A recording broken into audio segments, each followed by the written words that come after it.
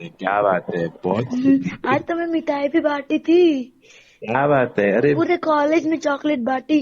सिर्फ वो एक सर था, उसे मैं चॉकलेट नहीं दी क्योंकि उसने मुझे फंसाया था। वो मुझे ऑप्शन फॉर्म में, उसने मुझे कॉलेज भी नहीं डालने दिया। वो इतना नालायक है, पागल कहीं का। फिर आपके वीडियो पे आए थे बाद में, स्टूडेंट को ऐसा दे रहा, ऐसा हो रहा, वैसा हो रहा, फसावट। बट मैं क्या करूँ ना, पैसों की वजह से यही लेना था तो यही ले लिया। यहाँ पे भी मैं 40,000 भर चुकी हूँ। 40 नहीं, मुझे तो 60 लग भी चुके होंगे। तो उसने और फिर ऑप्शन साथ में ऑप्शन तो मुझे फॉर्म साथ में ऑप्शन तो मुझे शिरपुर का टॉप कॉलेज मिल रहा था, लेकिन मैं नहीं ली हूँ। ऑप्शन फॉर्म में उसने फंसा दिया, मतलब सर ने। हाँ, उसने पागल ने। मतलब कॉलेज के जो सर थे ना, उनका ही हम्म कॉलेज है, वही प्रोफेसर है। फिर वो हम्म मेरे अंकल की पहचान वाले थे ना। हम्म। तो फिर उसने मुझे फंसाया था। नहीं तो मेरा रिजल्ट इतना अच्छा था, मैं तो आपको शेयर भी की थी, मुझे पीसीबी में 92 थे। मतलब उसने मेरा ऑप्शन टारगेट फॉर्म था। में पहला कॉलेज भर दिया खुद का और सबमिट कर दिया होगा, बरोबर। हाँ, पागल ने सबमिट भी कर दिया। मुझे तो भुसावल का भी कॉलेज, भुसावल पता है आपको? हाय, सो आज के इस वीडियो में हम डिस्कस करेंगे 5 ऐसे स्कैम्स जो आपने अभी अभी रिकॉर्डिंग में थोड़ा सा अंदाज़ा तो लग गया होगा, बट काफ़ी लोगों को ये सब चीज़ें बाद में पता चलती है जब उनके साथ बीत जाती है। सो मैं आपको बता दूं, जो पेरेंट्स होते हैं वो डरते हैं ऑनलाइन पेमेंट्स करते वक्त, राइट। कई बार उनको लगता है ऑनलाइन पेमेंट हम कर रहे हैं, पता नहीं क्या होगा, पता नहीं कैसा होगा। हम ऑनलाइन दुनिया को कहीं ना कहीं अनसेफ कंसीडर करते हैं कई सारे एस्पेक्ट्स में। बट मैं आपको बता दूं, 2019, 2020, 2021, ये 3 साल ऐसे थे जब इंजीनियरिंग काउंसलिंग में स्कैम्स हुए ही नहीं थे। There was no possibility of scam. एक भी स्कैम नहीं हुआ था किसी भी स्टूडेंट के साथ, कुछ भी चीट, कुछ भी फ्रॉड नहीं हुआ था, क्योंकि तीनों साल ऑलमोस्ट ऑनलाइन हुआ था सब कुछ। ओके, अगर मैं 2019 हटा दूं तो भी 2020, 2021 तो कंप्लीट ऑनलाइन हुआ था। एक भी स्कैम नहीं हुआ था, कंप्लीट एडमिशन प्रोसेस ऑनलाइन था। आपको वेबसाइट से ही सारी चीज़ें करनी थी, सब हो गया था। बट 2022 में क्या हुआ? 2022 में आ गया ऑनलाइन प्लस ऑफलाइन प्रोसेस, ये जो कि यस 2023 में भी होगा। यानी आपका जो इंजीनियरिंग के कैप राउंड्स होंगे वो ऑनलाइन भी होंगे प्लस ऑफलाइन भी होंगे। सो बेसिकली 2022 में इतने सारे स्कैम्स हो गए, इतने सारे स्कैम्स हो गए, मैं क्या ही आपको बताऊं। तो सबसे पहला पहला यहाँ पर जो रूल फॉलोअप होता है वो रूल ऐसा होता है, जो भी आपका फर्स्ट कॉलेज होता है, ओके, जो भी आपका ऑप्शन फॉर्म, जिसको आप कैप राउंड 1 का फॉर्म भी कह सकते हो या फिर ऑप्शन फॉर्म भी कह सकते हो, जो आपका फर्स्ट कॉलेज होता है, अगर आपको वो अलॉट हो गया, इसका मतलब आप कैप राउंड्स के बाहर चले जाओगे। आप किसी भी राउंड में पार्टिसिपेट नहीं कर सकते हो, आपको उसी में एडमिशन लेना है। इट इज़ कंपल्सरी, आपके पास कोई ऑप्शन नहीं है, आप कुछ भी चेंज नहीं कर सकते, आप सीधा कैप राउंड के बाहर चले जाओगे अगर आपको पहला पहला कॉलेज मिल गया तो। ओके, अब क्या हुआ था, जो भी स्टूडेंट्स महाराष्ट्र के बाहर से आ रहे थे, बिहार से आ रहे थे या दूसरे जगहों से आ रहे थे, या जो स्टूडेंट्स किसी गांव में थे और किसी शहर के कॉलेज में जा रहे थे, उन लोगों को कंप्यूटर आता नहीं इतना, बरोबर। या जो बाहर से आए वो महाराष्ट्र में आके थोड़े से ऐसे थोड़ा सा उनको शाय फील होता है क्योंकि दूसरा स्टेट है। तो बेसिकली जो भी एफसी सेंटर में वो लोग जा रहे थे, कुछ कुछ एफसी सेंटर ऐसे थे कि फर्स्ट कॉलेज वो अपने कॉलेज का नाम डाल दे रहे थे एंड बाकी फिर सब चीज़ें डाल रहे थे। तो बेसिकली उससे क्या हो रहा था, फर्स्ट कॉलेज स्टूडेंट को कुछ और ही लग जा रहा था। ओके, जिस एफसी सेंटर में गए थे वही कॉलेज उनको लग जा रहा था और सीधा वो कैप राउंड के यहाँ से बाहर हो जा रहे थे। ओके, एग्जाम्पल तौर पे कोई स्टूडेंट अगर गांव में रहता है और उसके गांव में एक ही कॉलेज है, अब वो बोलेगा क्या वेरिफिकेशन कराने शहर जाऊं मैं, बरोबर। वैसे भी मुझे 4 साल शहर में बिताने हैं तो मैं अभी क्यों शहर जाऊं, मैं गांव में ही करा देता हूं। तो वो जैसे ही एफसी सेंटर में पहुंचेगा, पहला पहला कॉलेज उसका डाल के सीधा सबमिट बटन दबा देते हैं। ओके, तो कुछ एफसी सेंटर वाले क्या करते हैं, जो आपका ऑप्शन फॉर्म है, ओके, उसको एडिट करके क्या करते हैं, उसको एडिट करके फर्स्ट कॉलेज अपना डाल देते हैं।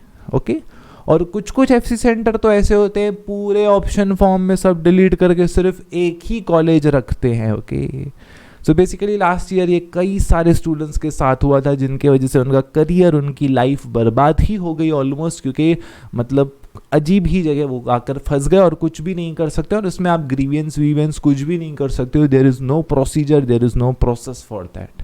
ओके तो पहली बात ये कौन कर सकता है, ये कर सकते हैं जहां पर भी आप ऑफलाइन वेरिफिकेशन के लिए जा रहे हो। तो वैसे तो एफसी सेंटर कोई भी जाना चाहिए, बट मैं अगेन कहूंगा ट्रस्टेड एफसी सेंटर में ही जाओ तो ही भला है। ओके क्योंकि पता नहीं चलता है कब किसके साथ क्या हो जाए। This is the very very first thing. Second scam कहाँ से हुआ था? सेकेंड स्कैम हुआ था सब लोगों के पास कंप्यूटर नहीं होता है, ऑप्शन फॉर्म मोबाइल से नहीं भरा जाता है, सो लोग जाते हैं साइबर कैफ़े। जब साइबर कैफ़े जाते हैं तो साइबर कैफ़े वालों का टाई अप होता है कुछ कॉलेजेस से, तो साइबर कैफ़े वाला आपको कुछ कॉलेजेस के बारे में गुणगान गाना शुरू हो जाएगा। ओके एंड आप सोचो कि ये बंदा, मैं इसको जानता नहीं हूँ, ये मुझे नॉलेज दे रहा है, ये मुझे गाइडेंस दे रहा है, ज़रूर इसको पता होगा, ज़रूर ये इंसानियत के नाते मेरे साथ ये सब कर रहा है। बट ऐसा नहीं है, साइबर कैफ़े वाले का कुछ टाई अप किया हुआ रहता है। देन आपको नहीं पता है, आप बोलते हो चलो ठीक है इस कॉलेज को मैं हटा के जो साइबर कैफ़े वाला बोल रहा है वो डाल देता हूँ। देन अगेन आप वहाँ पर भी फंस जाते हो। ओके सो ये हो जाता है आपका सेकंड स्कैम।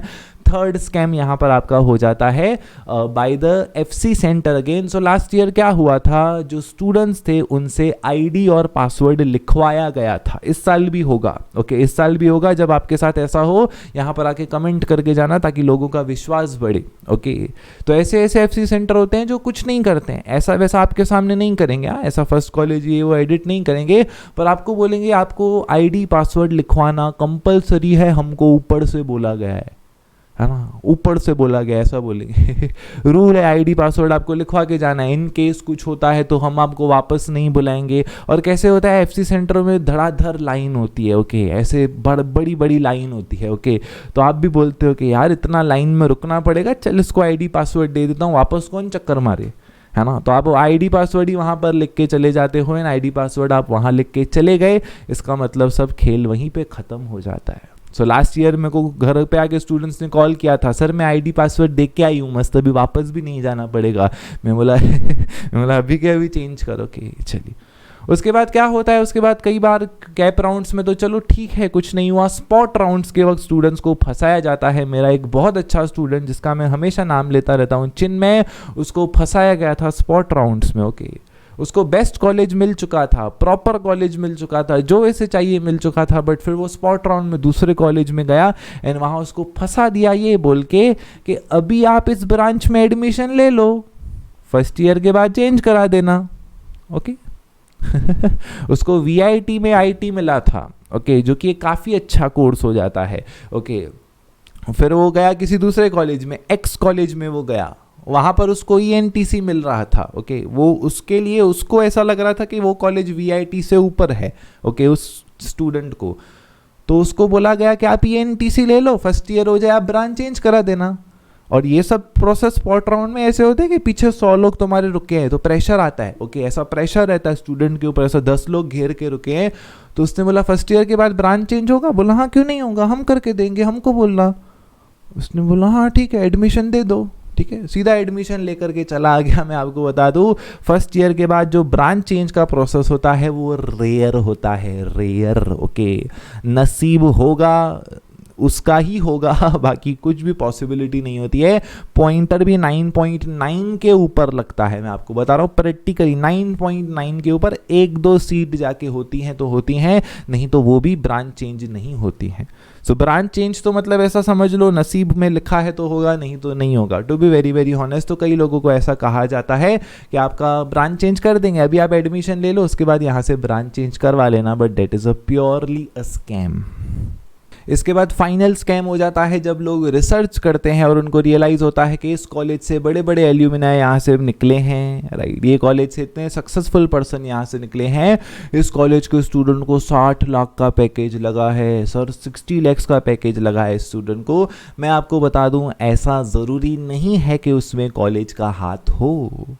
एग्जाम्पल तौर पे मुझे जो मेरे कॉलेजेस हैं वहाँ से कई बार मैसेज आता है कि सर अपनी डिटेल्स भेज दो, है ना, सर नहीं बेसिकली वो बोलते हैं राहुल आप अपनी डिटेल्स भेज दो, हम अपने कॉलेज के एल्यूमिनाई में आपको डाल देंगे, आपको अपडेट करके रख देंगे। ओके सो बेसिकली मैं आपको बता दूं मेरे कॉलेज का कुछ रोल ही नहीं है इसमें है ना, राइट। मेरे कॉलेज ने मुझे नहीं बोला था कि यूट्यूब चैनल आप बनाओ, यूट्यूब पे आप पढ़ाओ, ऐसा कुछ भी कॉलेज की तरफ से ट्रेनिंग नहीं दी गई थी। जो मेरी जॉब थी, लास्ट कंपनी मेरी जहाँ पर मैं जॉब करता था, दैट वाज नून इंडिया, काफ़ी अच्छी कंपनी थी। सो नून इंडिया में जो भी मुझे जॉब लगा था उसमें मेरे कॉलेज का कुछ भी हाथ नहीं था, राइट, है ना। आपको समझ रहा है क्या लॉजिक? वो सब मेरे वजह से था। जो मैंने करियर 2018 में मैंने सोचा था कि यूट्यूब पे चलो कुछ स्टार्ट करते हैं, 2018 से जो मैंने मेहनत की, 18, 19, 20, 21, 22, 23, उसके वजह से मुझे नून इंडिया पे जॉब लगी थी। मेरे कॉलेज का कुछ लेना देना था ही नहीं, ओके, कुछ नहीं था। वो तो ऑनलाइन कब आए भी नहीं थे, मतलब, ओके। तो बेसिकली कई बार क्या होता है, एल्यूमिना का कॉन्सेप्ट थोड़ा सा मिसगाइडेड हो जाता है, लोगों की खुद की मेहनत होती है बट क्रेडिट कॉलेज वाले लेकर जाते हैं। सो बेसिकली एल्यूमिना के कॉन्सेप्ट पे इतना ज़्यादा भी निर्भर नहीं हो जाना। चलिए समाप्त करते हैं आज के इंजीनियरिंग काउंसलिंग के वीडियो को यहीं पर। स्कैम मैंने जल्दी बता दिए क्योंकि बाद में देर ना हो जाए, इस वजह से वीडियो को थोड़ा सा अर्ली बना दिया। हमारी इंजीनियरिंग काउंसलिंग की बैच लॉन्च हुई थी, 6 जून को फुल हो गई। 7 जून को मैंने आपको कहा था स्टूडेंट्स का प्यार इतना है कि जल्दी फुल आउट हो जाएगी, तो 7 जून को हमारी फुल आउट हो गई। तो जो लोग एनरोल नहीं हो पाए हैं, आप यूट्यूब की वीडियोस को एंड तक देखो, मैं यूट्यूब पे तो रहूँगा ही, ओके। और इंजीनियरिंग फिजिक्स और इंजीनियरिंग मैकेनिक्स की बैच में देरी मत करना।